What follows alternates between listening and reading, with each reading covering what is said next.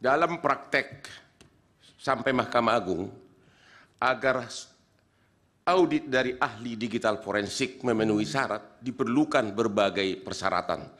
Salah satu contoh kasus terbesar akhir-akhir ini adalah kasus narkoba Jenderal Teddy Minahasa, di mana saya sebagai salah satu kuasa hukumnya. Pada waktu itu ada 2 ahli digital forensik. Salah satu pertanyaan pertama adalah, apakah saudara ahli punya sertifikat internasional sebagai ahli digital forensik? Itu pertanyaan pertama. Karena di pengadilan umum itu, kalau Anda tidak punya, Anda tidak diakui. Yang kedua, salah satu syarat mutlak agar digital forensik sah adalah account tersebut, aplikasi tersebut harus dikasih secara utuh kepada ahli, kemudian diaudit, kemudian ada istilahnya itu di-celebrate, isinya semua dibongkar. Itu mirip dengan audit kantor akuntan. Tidak mungkin kantor akuntan melakukan mengeluarkan neraca rugi laba tanpa diaudit semua dokumen dari perusahaan.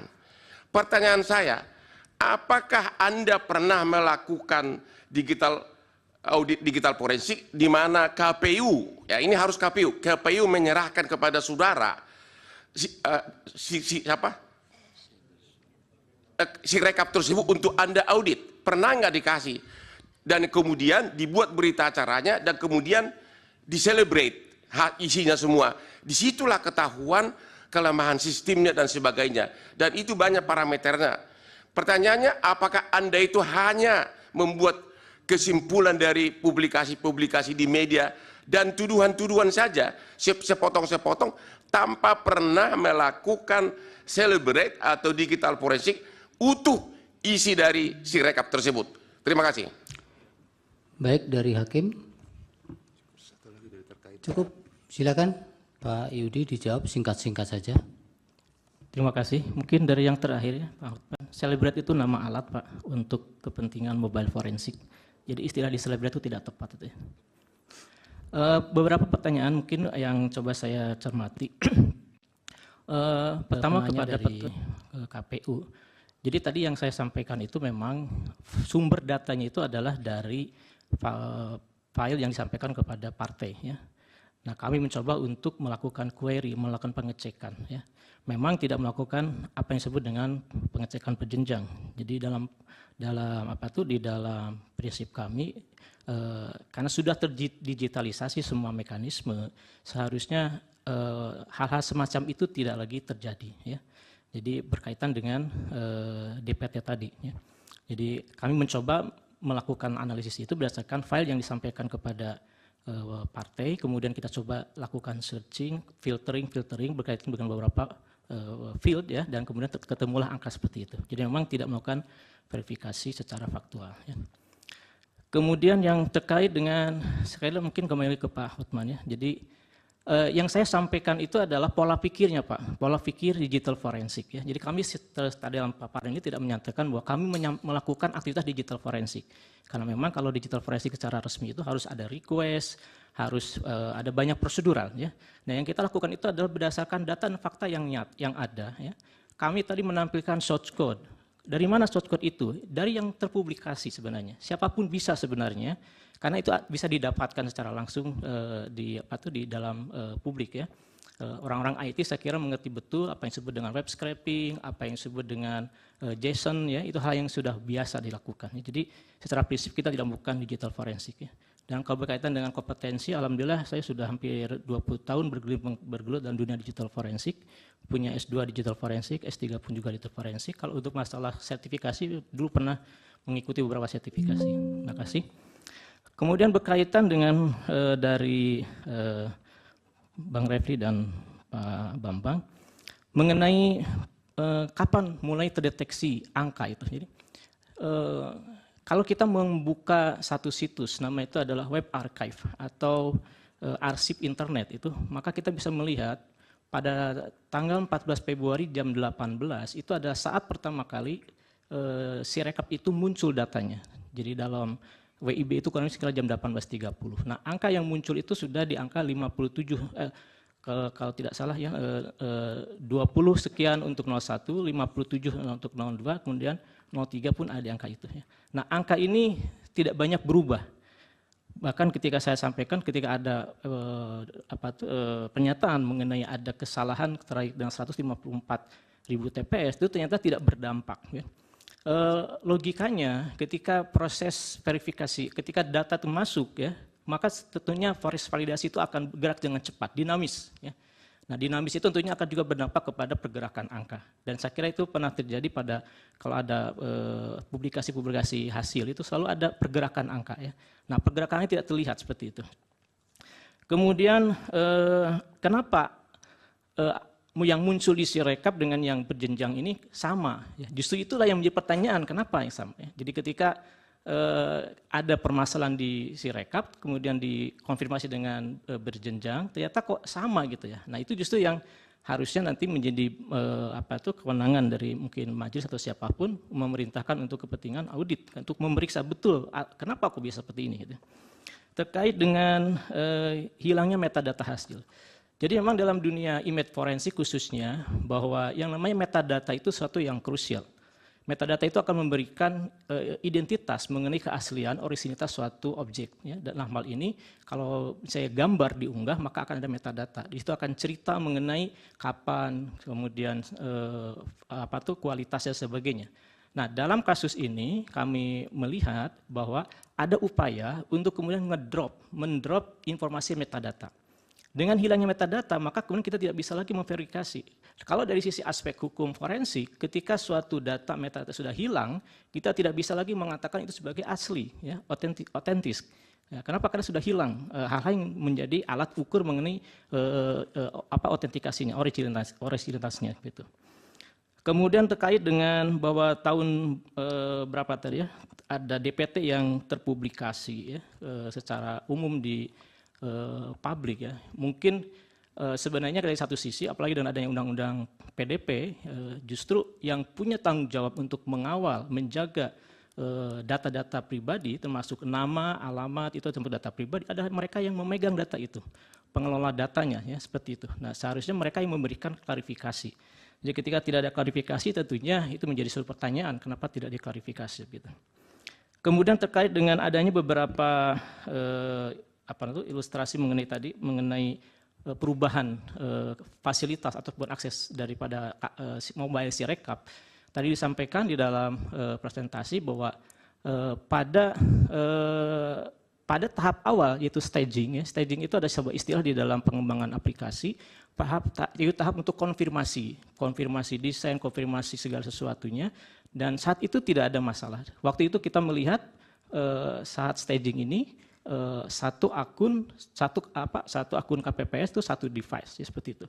Tetapi ketika kemudian muncul versi berikutnya, ada beberapa versi update itu, khususnya pada versi 241 itu, kita coba lakukan lagi reverse engineering. Ya. Jadi kami sampaikan reverse engineering itu adalah sebuah proses untuk kita mencoba mengambil source code yang ada, kemudian kita melihat bagaimana cara kerjanya untuk kepentingan mempelajari prosesnya. Nah, kita menemukan ada beberapa code yang ternyata setelah kita coba terjemahkan, code itu bermakna bermakna memberikan fasilitas kepada satu KPPS untuk bisa juga login ya, di beberapa device dan di beberapa wilayah gitu. Itu mungkin yang terjadi. Maksudnya gini, saya bisa tambahkan sedikit ada supaya ini klarifikasi. Maksudnya gini, kalau satu apps mobile itu setelah diserahkan oleh vendor kepada pemilik itu tidak ada masalah, tapi beberapa hari sebelum pencoblosan menurut yang tadi dikemukakan itu ada masalah, dan masalah itu memberikan akses pada orang selain pemilik itu untuk juga mengubah, itu kan kecurangan ada di situ, Pak. Apakah pengubahan itu yang tidak diketahui dari source yang tadi itu bisa menyebabkan terjadinya perubahan yang mulia angka-angka itu? Saya kira itu dia memberikan suatu kesimpulan terhadap. ini pertanyaan bukan kesimpulan. Pak Bambang ya, Pak Bambang tidak menambahkan tapi menjelaskan pertanyaan sebelumnya. Pertanyaan sebelumnya. Tidak sudah jelas, Pak Yudi sudah jelas. Ya, jawab, Pak. Ya, penjelasan saya itu tadi bahwa ujungnya itu adalah potensi ataupun bisa menjadi sarana terfasilitasinya kecurangan. Ya, jadi adanya perubahan-perubahan itu menjadi sebuah sarana untuk terfasilitasinya suatu kecurangan seperti itu. Baik, bisa dipadatkan Pak yang belum dari KPU. Satu, ada mau diizin majelis? Hotman Paris mau diizin? Ada yang tadi belum terjawab Ya pertanyaan kami. nanti di terakhir mungkin akan ditambahkan. Oke. Silakan Pak. Dari pemohon sudah selesai atau? Sudah, saya kira sudah. Silakan ke KPU sudah. Sudah yang mulia.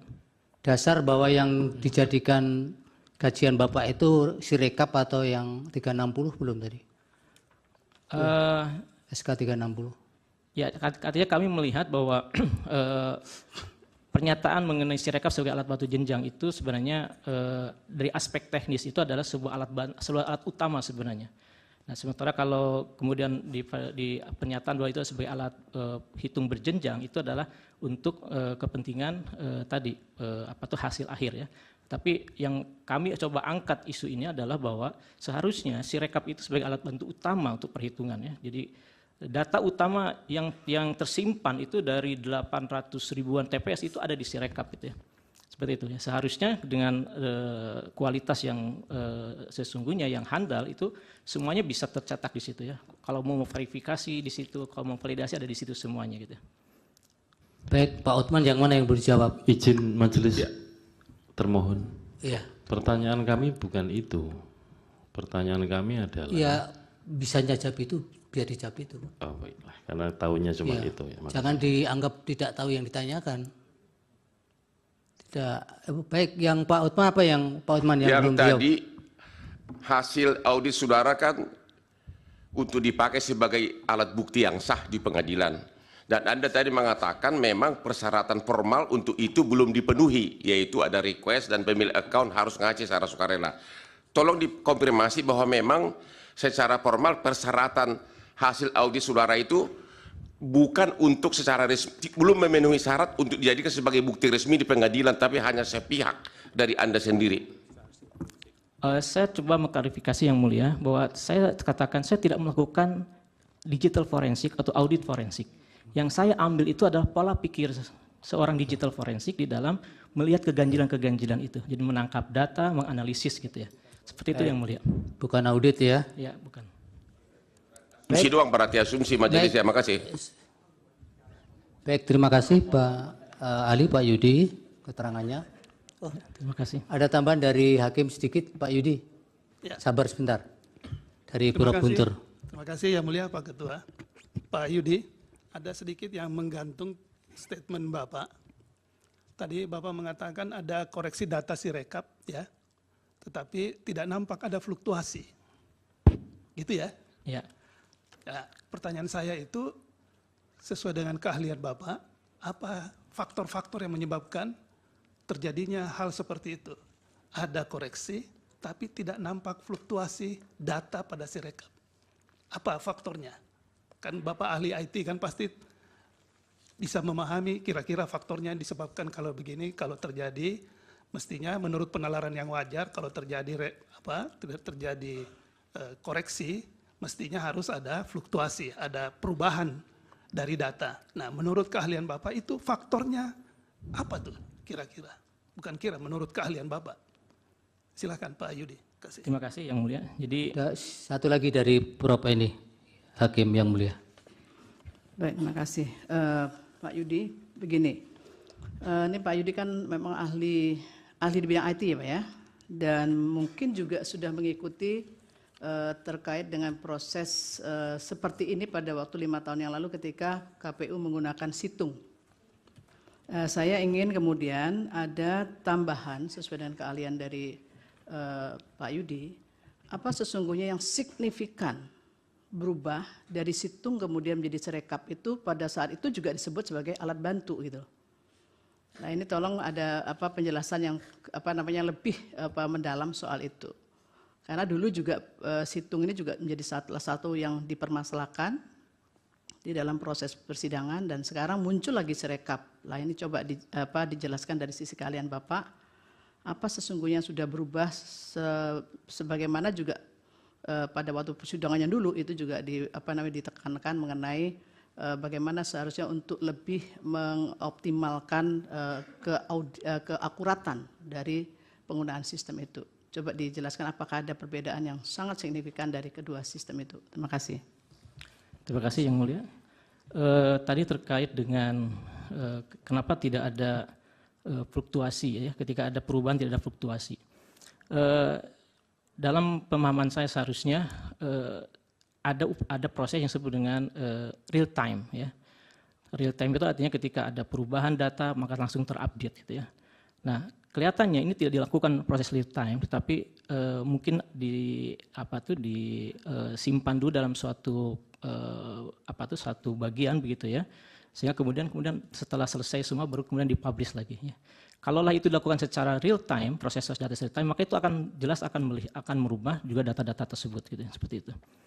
Kemudian terkait dengan situng, mohon maaf yang mulia, saya 5 tahun lalu tidak terlibat langsung dalam situng ini. Tetapi dari kajian ataupun dari pengamatan saya, yang sekarang ini sebenarnya dari sisi mekanisme jauh lebih sederhana yang mulia. Ya, jadi data itu cukup dengan difoto satu poin saja, artinya satu objek saja difoto dan diunggah. Nah itu jauh lebih simpel, jauh lebih sederhana sebenarnya dibandingkan dengan situng yang 5 tahun lalu. Nah, seharusnya dengan proses 5 tahun berlalu dengan berbagai macam masukan 5 tahun lalu, seharusnya sekarang tidak ada permasalahan itu ya. Apalagi mekanismenya jauh lebih mudah, lebih sederhana dalam hal mengunggah data untuk kepentingan rekapitulasi gitu. Saya kira itu yang mulia.